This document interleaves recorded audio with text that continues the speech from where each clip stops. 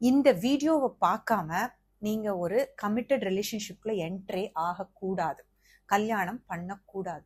அப்படி என்ன திவ்யா ரொம்ப இம்பார்ட்டண்ட்டான விஷயத்தை இந்த வீடியோல சொல்ல போறேன்னா, நிஜமா சொல்றேன், இந்த வீடியோ ரொம்ப ரொம்ப ரொம்ப இம்பார்ட்டன்ட். வீடியோ ஃபுல்லா பார்க்காம ஒரு ரிலேஷன்ஷிப்குள்ள போகாதீங்க, கமிட் ஆகாதீங்க. ஓகே, அது என்னன்னு பார்க்கறதுக்கு முன்னாடி, this is doctor Divya Pratheepa, your somatic trauma informed abuse recovery coach. Okay, நான் டாக்ஸிக் ரிலேஷன்ஷிப் பற்றி, நார்சிசம் பற்றி, ரெட் ஃப்ளாக்ஸ் பற்றி, ட்ராமா பற்றி, அப்யூஸ் பற்றி, ரெக்கவரி பற்றி நிறைய கான்டென்ட்ஸ் கிரியேட் பண்ணிட்டு இருக்கேன்.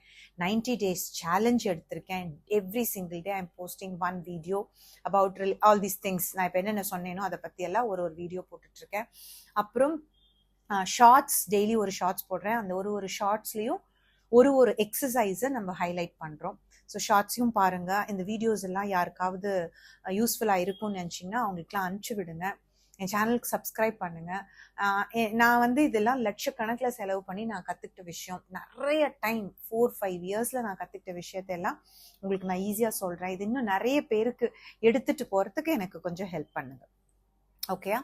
So coming to the context இந்த வீடியோ. அதாவது நான் ஒரு கம்யூனிட்டி வச்சிருக்கேன், safe heaven community, survivors achieving freedom and empowerment. அப்படி அந்த சேஃப், அந்த கம்யூனிட்டிக்கு பேர் அதுதான். ஸோ அந்த கம்யூனிட்டியில நிறைய பொண்ணுங்க இருக்காங்க. It's like an year membership மாதிரி. Okay, we meet once in a week. ஒரு வாரத்துல ஒரு நாள் திங்கக்கிழமை 7:30 மணிக்கு மீட் பண்ணுவோம். மீட் பண்ணிட்டு ஏதாவது நான் சொல்லி தருவேன், இல்லை அவங்க ஏதாவது கொஸ்டின்ஸ் கேட்பாங்க. இந்த மாதிரி டிஸ்கஷன்ஸ் போயிட்டு இருக்கும். அதுல ஒரு பொண்ணு ஷீ இஸ் அன்மேரிட். ஒரு ப்ரீவியஸா ஒரு டாக்ஸிக் ரிலேஷன்ஷிப்ல இருந்து அது முடிஞ்சு இப்போ she is into another relationship.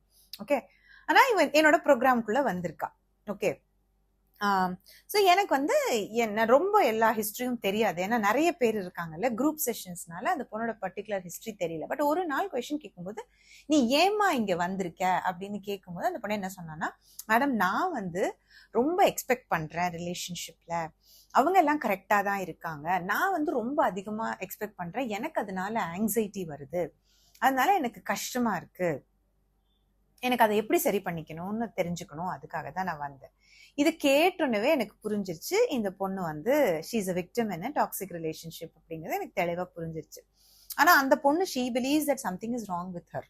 Okay, so நான் கொஞ்சம் கொஞ்சமா கேள்வி கேட்க மோட்டிவேஷனல் இன்டர்வியூன்னு சொல்லுவோம், அந்த மாதிரி ஒரு கேள்வியெல்லாம் கேட்க அவளுக்கு புரிஞ்சிருச்சு. ஓகே, ஸோ அவ முக்கியமா அதுல என்ன சொல்றா அப்படின்னா, மேம் என் கூட டைமே ஸ்பெண்ட் பண்றது இல்லை, இன்னும் கல்யாணம் ஆகலை, ரிலேஷன்ஷிப்ல இருக்காங்க, டைமே ஸ்பெண்ட் பண்றது இல்லை, என் கூட வெளியில வர்றது இல்லை, எதுவுமே இல்லை. ஏன்னு கேட்டா என்ன சொல்ற அப்படின்னா, நான் இப்பதான் என்னால ஃப்ரெண்ட்ஸ் கூட டைம் ஸ்பெண்ட் பண்ண முடியும், கல்யாணம் ஆயிடுச்சுன்னா இதெல்லாம் என்னால பண்ண முடியாது, அதனால நான் இப்பவே டைம் ஸ்பெண்ட் பண்ணிக்கிறேன் அப்படின்னு சொல்றாரு அப்படின்னு சொல்றாங்க. சி, இதுல நிறைய இந்த சென்டென்ஸ் ரொம்ப ஒரு சாதாரண ஒரு சென்டென்ஸ் மாதிரி நமக்கு எல்லாருக்குமே தோணும். பட் இதுல நிறைய நிறைய நிறைய விஷயங்கள் இருக்கு. ஓகே, ஃபர்ஸ்ட் இந்த பொண்ணுக்கு இருக்கிற தேவை அந்த பையனுக்கும் இருக்கணும்ல. இவளுக்கு எப்படி அவன் கூட டைம் ஸ்பெண்ட் பண்ணணும்னு தோணுதோ, அதே மாதிரி அந்த பையனுக்கும் இவ கூட டைம் ஸ்பெண்ட் பண்ணணும்னு தோணலையே. உன்னை விட எனக்கு ஃப்ரெண்ட்ஸ் தான் முக்கியம்னு அந்த பையனுக்கு தோணுது இல்லையா? இதுவே ஒரு ரெட் ஃபிளாக். ரெண்டாவது, எனக்கு இது தேவை அப்படின்னு அவ சொல்றா அப்படின்னா, அந்த தேவையை பூர்த்தி பண்ணணும்னு நினைக்காம அந்த பையன் என்ன நினைக்கிறான் அப்படின்னா, என்னோட தேவை தான் முக்கியம், எனக்கு ஃப்ரெண்ட்ஸோட போகணும், நான் அதை தான் பார்ப்பேன், நீ தான் அட்ஜஸ்ட் பண்ணணும், திஸ் இஸ் ஹவ் ஐ ஆம், நீ தான் உன்னோட தேவைகளை குறைச்சிக்கணும் அப்படின்னு சொல்றான். அடுத்தது ஸ்கேர்சிட்டி. லவ்வே கிடையாது உனக்கு, நான் லவ் கொடுக்க மாட்டேன், இவ்வளவுதான் பண்ணுவேன், எனக்கு இதெல்லாம் உன்னை விட மற்ற விஷயங்கள் தான் ரொம்ப முக்கியம், அதுதான் நான் கான்சென்ட்ரேட் பண்ணுவேன் அப்படிங்கிறதையும் சொல்றாங்க. ஓகே, ஸோ இதெல்லாம் ஒரு ஒரு இட் வில் மல்டிப்ளை உங்களோட ஃபியூச்சர்ல. இப்பவே இப்படி இருக்கு அப்படின்னா ஃபியூச்சர்ல இதெல்லாம் இன்னும் ஜாஸ்தி தான் ஆக போகுது. கல்யாணம் ஆனோடனே உங்களோட டைம் ஸ்பெண்ட் பண்ணிடுவாங்களா? கல்யாணம் ஆகிறதுக்கு முன்னாடியே உங்களோட டைம் ஸ்பெண்ட் பண்ண முடியாதவங்க கல்யாணம் ஆனதுக்கு அப்புறம் எப்படி டைம் ஸ்பெண்ட் பண்ணுவாங்க?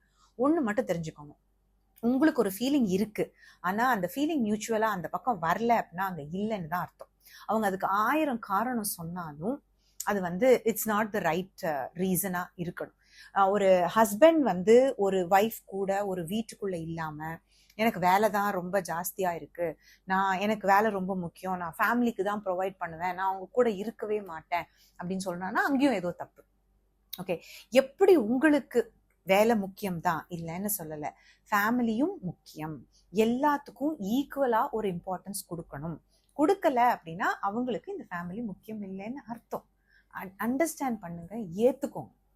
ஓகே, ஸோ எஸ்பெஷலி நீங்கள் வந்து கமிட் பண்ண போறீங்க, கல்யாணம் பண்ண போறீங்க அப்படின்னா உங்களோட எமோஷன்ஸ்க்கு, உங்க தேவைகளுக்கு அவங்க எப்படி ரெஸ்பாண்ட் பண்றாங்கிறத பார்த்துட்டு தான் நீங்க கமிட் பண்ணணும், இல்லைன்னா கல்யாணம் பண்ணணும்.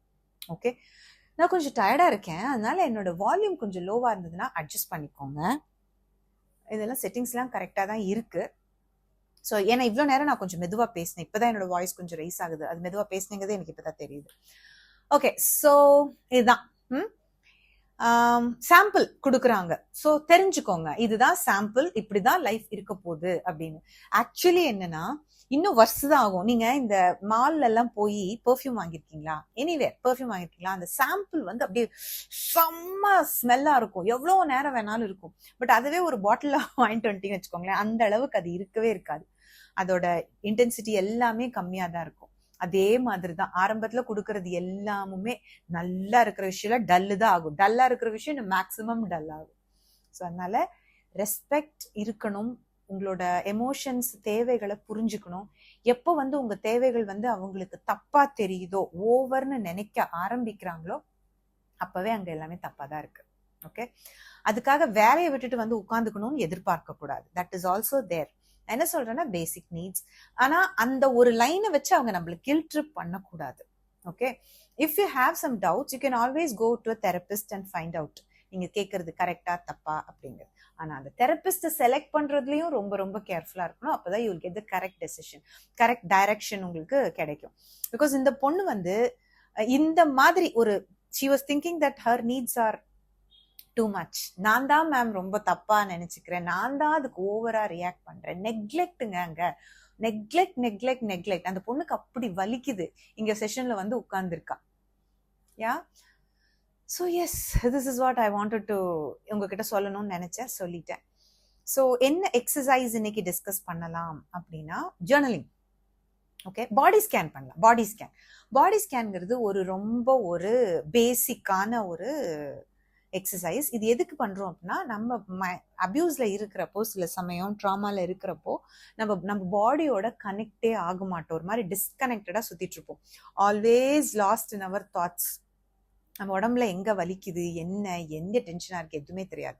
ஸோ என்ன பண்றோம், படுத்துக்கணும், இல்லை கம்ஃபர்டபுளா உட்காந்துட்டு உடம்ப ஸ்கேன் பண்ணுங்க, தலையில இருந்து பாதம் வரைக்கும். ஜஸ்ட் அப்சர்வ், அவ்வளவுதான், வேற ஒண்ணுமே கிடையாது. அதை ரிலீஸ் பண்ணணும், அது சரியாகணும், அதெல்லாம் எதுவுமே கிடையாது.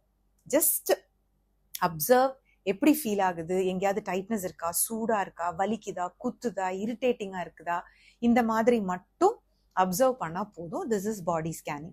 இன்னும் இது மேல எல்லாம் அப்படியே நான் பில்டப் பண்ணிட்டே போவேன் அடுத்தடுத்த எக்ஸசைஸ்ல. ஓகே, ஸோ இந்த வீடியோஸ்லாம் யூஸ்ஃபுல்லா இருக்கு அப்படின்னா யாருக்காவது ஷேர் பண்ணுங்க, என்னோட லைக் பண்ணுங்க, என்னோட சேனல் சப்ஸ்கிரைப் பண்ணுங்க. பிகாஸ் ஐம் பிளானிங் டு ஒரு கோல் வச்சிருக்கேன், 10,000 subscribers by end of this month. இப்போ நான் 2,300 என்னமோ தான் இருக்கேன். So the more you share, the more you care, and I will get more subscribers.